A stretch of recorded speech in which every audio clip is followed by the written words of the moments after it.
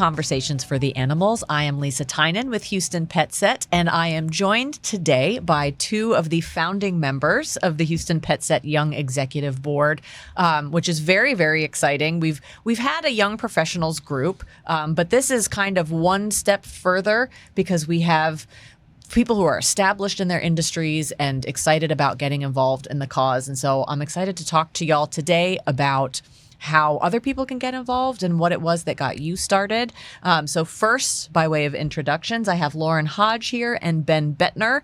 Anyone who watched a couple episodes ago, we had Kelly Betner. Yes, they are married. Thank you so much for joining us.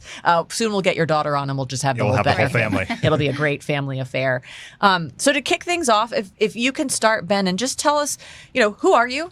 How did you come about joining this? What do you do, and what gets you up in the morning to support animal welfare each day? Sure. Well, my name is Ben Betner. I am originally from North Carolina, although I've been living in Texas now for over a decade. So You're a I Texan. consider myself a Texan at this point. Yep. As you mentioned, married to my wife, Kelly, and she is very involved with Houston PetSet, as you know. Yeah. And anyone who doesn't know should listen to her podcast from a few episodes ago. She did so great. She did great. Kelly and I have always loved animals, and it's always been an important part of our life. And we're dog people, so we've always had, a pack of dogs at our house of various capacities. And, our love of animals has kind of manifested into wanting to give back to the community in a way where we can support animal welfare and help other people who also share that same passion that we do. So that's kind of how I got involved. And my day job is I'm a lawyer, which is a lot less fun than, helping volunteer with Houston PetSet and all the good work that you guys do. Yeah. And any particular type of law that you practice that you think you kind of bring to the table when helping Houston PetSet on this board? I'm a trial lawyer, so hopefully you guys don't ever need my we services. We don't want your help. Thank you. If you do, you're probably in trouble. Although, I'm happy to help out. And I know my law firm has done some pro bono work for the organization with people that are much smarter than I am in nonprofit and board type work. So Excellent. Always happy to help if my services are needed. Hopefully not. Hopefully not. We'll just keep that in our back pocket. That's right. And Lauren, what about you? So I am an attorney as well. I'm at Coates Rose, but I do affordable housing and community development. I'm a native Houstonian, and Kelly and Ben are actually my neighbors.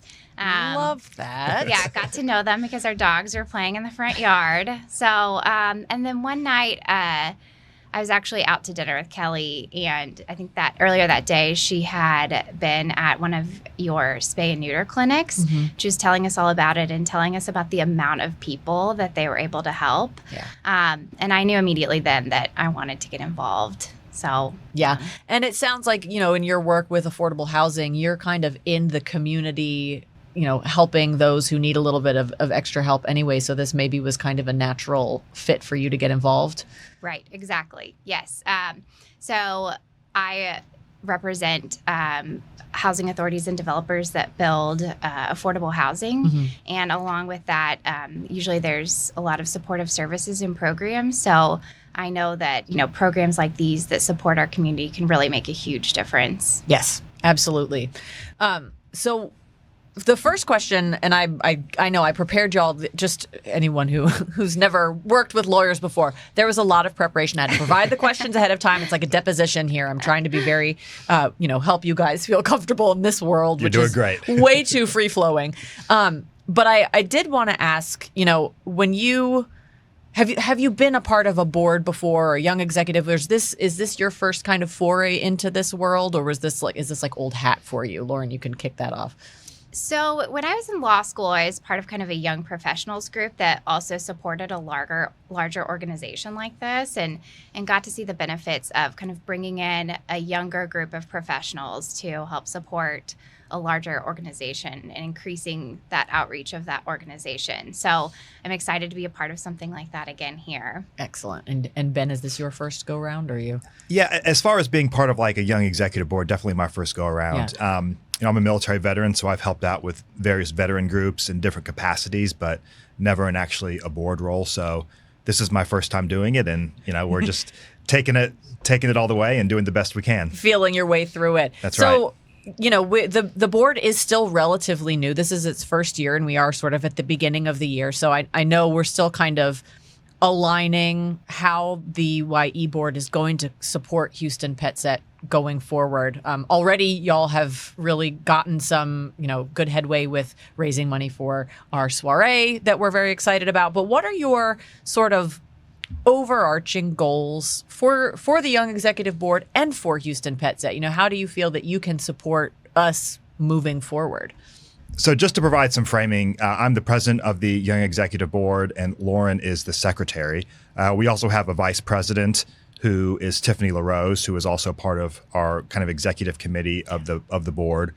And there's a couple things that we're trying to do. First is just build out a really good team of individuals from various industries and different parts of the community. Mm-hmm. Although we're both lawyers here, we're trying to make the board so it's not all lawyers, because that can often happen sometimes, especially that's kind of our peer group and our community that we know.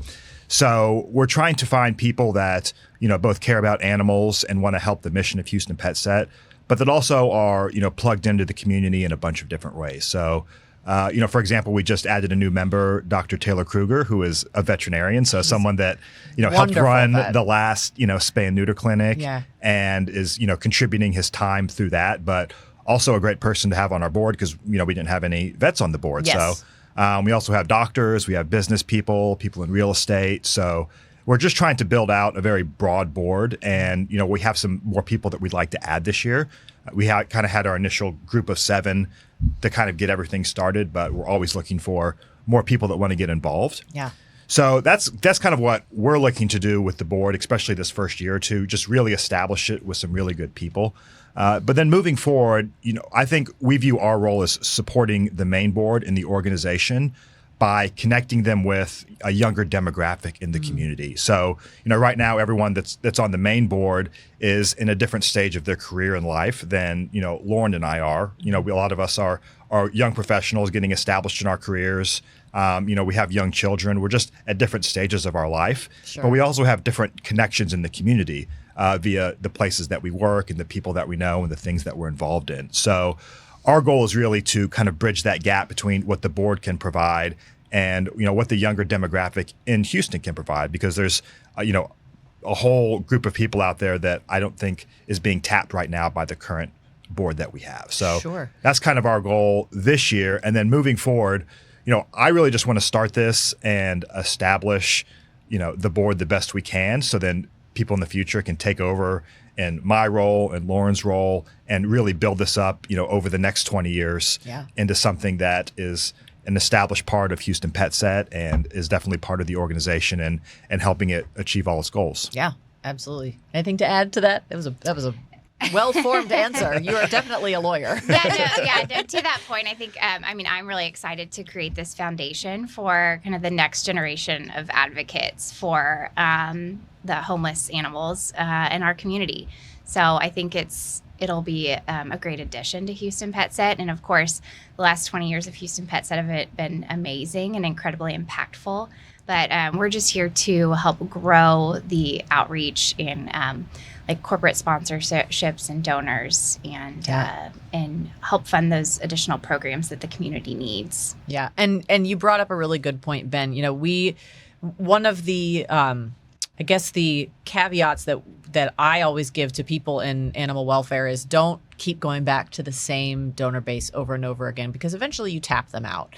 And over the last 20 years, our donors have been unbelievably supportive and generous. But money is finite to a certain extent. And, if we can't begin to, like you said, to tap resources that we haven't looked at before, we're going to back ourselves into a corner.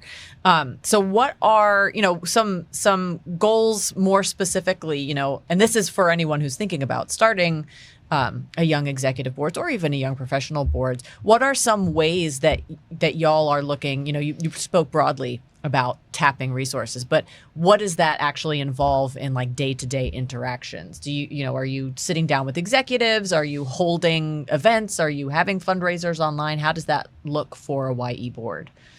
Well, I think at this point we're just trying to create a board that has a diverse group of individuals in different professions, and then going from there and trying to figure out what kind of our age group needs at this point to really become involved and interested in Houston PetSet's mission. Yeah, I know if anyone has ever been part of a young professionals board, a lot of it is social. A lot of it is going out for drinks. And sometimes that is great for the networking aspect of things, but it doesn't always move the needle forward as far as fundraising. So, and with your experience on the young professional board, that may have been the experience for you or not. But it is always a risk that, it becomes a social group and kind of loses focus on the mission at hand, which is to raise more money. I am curious, and again, I'm throwing questions at you that I didn't write down, so apologies in advance. But I am curious, what about Houston PetSet? Obviously, you didn't have too much of a choice, Ben. You were you were married into this organization. But what is it about, Houston PetSet or animal welfare that appeals to you specifically, that drives you to want to raise funds for it? Sure. I mean, it starts off with just kind of my love of animals generally. Right. And I think anyone that is really going to get involved with the organization probably has to have that as a baseline, right? You have to be an animal lover in some capacity. Yeah. So I guess that kind of brought me in, but I also think it's much broader than just, animal welfare, right? It's really establishing and helping the community at large. And if we have an unsafe community, then people are suffering as well, right? So it connects far beyond just making sure that the animals are taken care of and that we're looking out, for homeless animals across the city. But also that by doing that, we're helping, build strong communities, and we're helping public safety, and we're helping make sure people feel comfortable in the neighborhoods that they live in. Yeah. So I think it's a way that I can help with my, love of animals and also give back to my community in a broader sense that's not really specifically focused on, animal welfare, but the broader mission that Houston PetSet looks to serve. Yeah. And what about you, Lauren? Can you repeat the question? Yeah. Well, and actually, I will lead you into this. So, Lauren, you joined us as a volunteer at one of our microchip and vaccine events, and you got to see sort of firsthand what kind of impact. Is that maybe your favorite part, or was there something else about animal welfare or Houston PetSet that drew you to this mission? That is definitely my favorite part. I mean, being able to interact with our community, which also aligns with the work that I do every day in affordable housing, is something that really drives me to continue to participate in this organization. And I really enjoyed that event and interacting with all of the pet owners and in the pets themselves, of course. It's hard not to have fun at those events.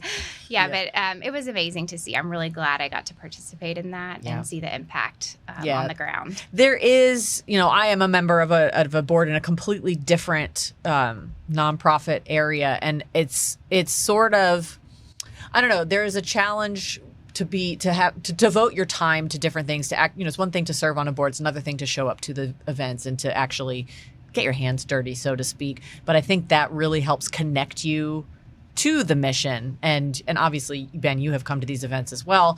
When you actually see the need firsthand, and of course, the microchip and vaccine events are just one small, not small, but relatively small portion of what Houston PetSet does. And we need the boots on the ground help showing up, passing out bags of food to the participants in the event, but also to be able to see that and then take that back into your board meetings and say, okay, how can the YE board, take this momentum and get people invested, ask people to donate, to participate. So I want to talk, while we have an audience, because I personally had not known there was a difference between a young professionals group and a young executives group. And Kelly really helped kind of outline what the major difference was, which is you're at a different point in your career. You aren't just starting out, you're still established, but you are still part of the younger demographic of professionals. And I think that is a really useful thing that some of our partner organizations can start to consider. Would this be good for us? Because we want people who have those connections and who have built some kind of a network that they can pull from for potential donors, potential partners, things like that. So now comes the educational portion of our podcast. The process by which y'all started this group, because you are the founding members of this. What are some things that our partners should know if they're considering starting a young executive group? Who should they be talking to? Do they have to do something official? Is there, bylaws and things they have to put in place before they get a group? What is the lay of the land here? And you can start us off on that, Ben. Sure. Well, I'll say we're not going to offer any legal advice on this podcast, so I'm going to have to cabin my answer to a little disclaimer first. But yeah, there's a whole bunch of different ways you can do it, right? Ours, Houston PetSet, the organization, already has a board that's in place that has its own bylaws and its own formation documents. So we kind of piggybacked off what the larger board was doing to create our own board. So there was, a degree of paperwork that we had to do with all of that. Sure. But I think for smaller organizations, it doesn't have to be as formal as that, right? I think it's easiest just to start with a few people that are interested in helping out. And just, it doesn't have to be an official organization, right? It can be very informal, but just, starting with a few people that are interested and want to help and want to give back to that organization. And, a lot of the partner organizations of Houston PetSet, aren't as big as Houston PetSet and don't have, both the fundraising reach and the staff that Houston PetSet has. So I really think it's fine to start small, right? Just find something you're interested in, find an organization that needs help, and really just show up. And then start to bring your peer group and tell them about the work that you're doing. And then you can organically build these things up from there. And then, as things get larger, there's various ways to, make official boards and have bylaws and all those things. But I don't think you need to start there, right? Like, I think you can just kind of start by showing up and helping out. Yeah. And I really think people want to do that, but oftentimes they just need someone to point them to where they need to go and show them the way. And sometimes that just takes one person to kind of say, hey, let's go do this. Let's go do this weekend. Yeah. And Lauren, as far as participating in a group like this, what is the time commitment like? Or is that kind of, you get to make your own level of involvement? If the other question, and this is a two-part question now, if I'm an organization, do I have to hold the hand of the young executive group? Is this just another thing that I've added to my plate that I'm managing?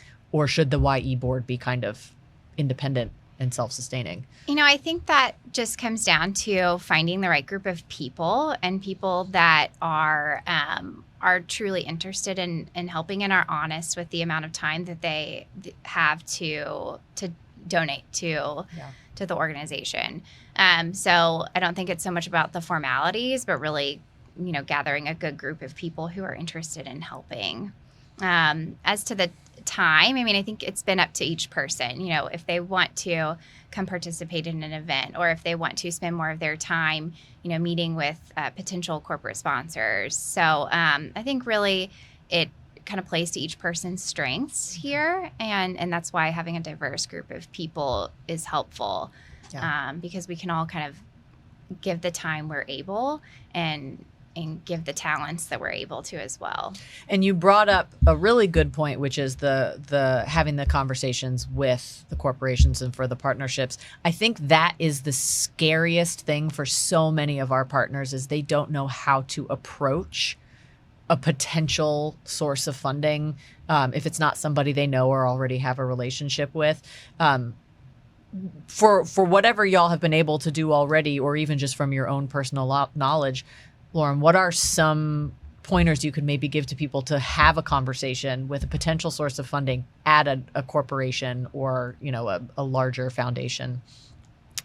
Well, I think that it's really from my perspective, from my experience, it's really just asking that first time that is difficult. And after you kind of rip off the Band-Aid, it gets a little bit easier. And I think that's why having some professionals at this young executive level is really a good spot to be in because we're kind of comfortable with who we're able to go ask.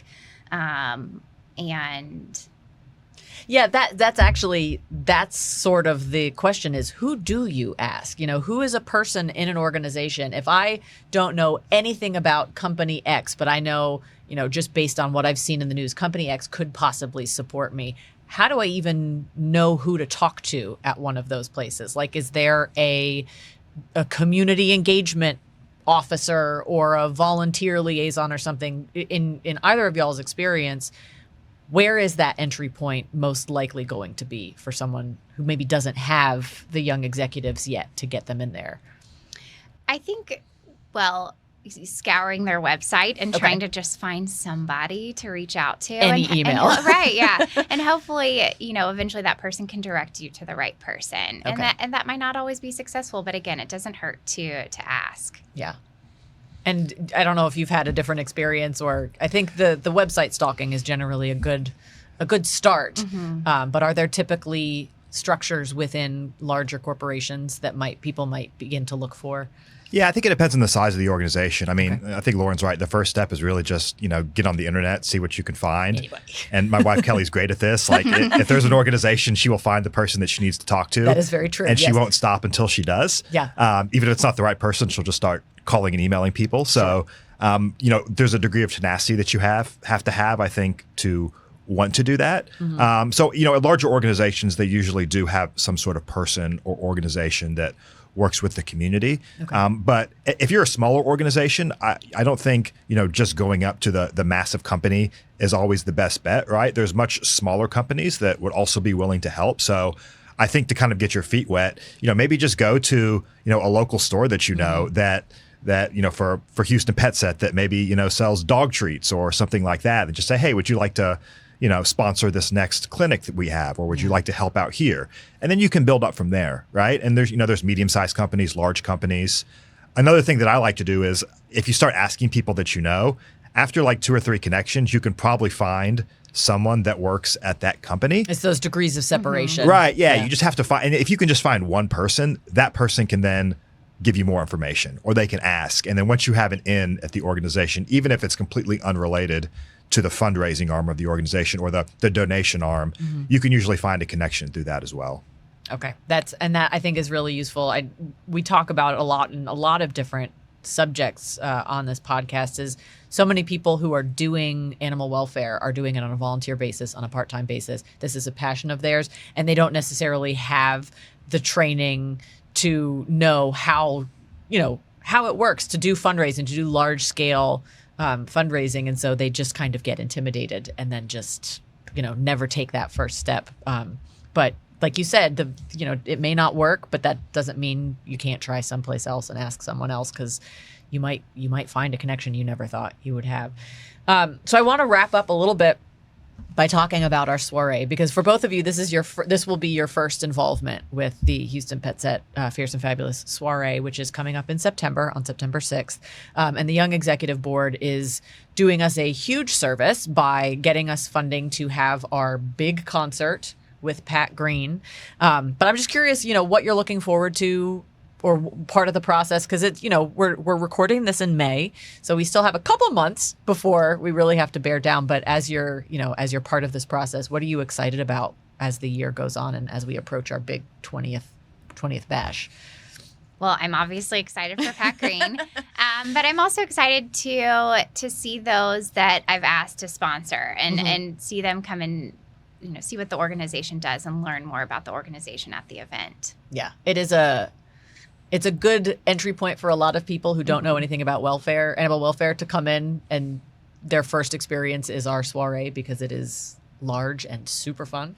So it's hard for them to come in and not want to get involved and stay involved for the future. What about you, Ben? Yeah, I think just, a lot of the work that we do is kind of siloed off, right? Like the Young Executive Board does its own thing, and then the board does, and then there's all the, staff of the organization and all the donors. So oftentimes you don't get to actually see and connect with those people, even on a yearly basis, right? So I think it'll just be a great opportunity just to kind of, get to see everybody and see all the good work that has been accomplished over the past year, and have a good time while we're doing it. Yes, that is key. We are going to have a good time. So, if anyone is interested in getting involved in our Young Executive Boards, what are the criteria in order to be involved, and how could they go about doing that? Or is this like invite only? Is this as we have to approach you? Or Yeah, I think for the first kind of cohort that we're putting together, we're trying to build it a little more organically. Yeah. So, we have, 8 people now, and I think we're going to go up to 14. Wonderful. So, this year we're trying to just build out the full slate of 14, but I think the goal of the Young Executive Board is not to have the same 14 people on forever, right? Okay. Like Yep. we want to take a couple years and really build this up into a sustainable form. And from there, we want to start handing things over to other people. And I will say the Young Executive Board is just a very small way to get involved with Houston PetSet. So if you are on the Young Executive side, feel free to reach out to Lauren or me. And even if there's not a spot for you on the board right now, there's plenty of ways to get involved. And the best place to get involved is just showing up to a vaccine clinic or volunteering or donating some money, whatever that looks like for you right now. And then the best way to kind of move up in an organization and get involved with different groups is just to get your foot in the door. Mm-hmm. So the best way is just to get involved in whatever way you feel best, and then from there, if you want to join the Young Executive Board, we'll find a spot for you in the future and try to develop this thing the best we can. Yeah. And if anyone listening, Houston PetSet may not be the group you want to get involved with, but if you have a cause that you are excited about, I think this is a really great way, not just as a resume, pad, or which, it is really good, obviously, to have something like this if you are looking to move up in an industry, but not everybody is as fulfilled in their job as they want to be. And this is a really great way to kind of connect a career with a passion and use your forces for good. That's right. So exactly. That's all we can do. It's all we can do every day. Lauren and Ben, thank you all so much for spending your morning with me. I know you guys are very busy, and I'm so grateful that you took the time today, but also that you take the time out of your lives to benefit the animals of Houston. And we can't do what we do without the support of people like y'all. So thank you for joining us today. And we look forward to all of the wonderful things that the Houston PetSet YE board is going to do this year and years to come. And anyone who has been inspired and is listening, perhaps you can reach out to us and we can connect y'all, even if they just have questions about starting their own board, and we can be a resource for our partners in that way. Absolutely. Definitely. Well, thanks for having us on. Thank you. Oh, my pleasure. Thank you so much for listening and for joining us today. This has been Conversations for the Animals, and we will see you next time.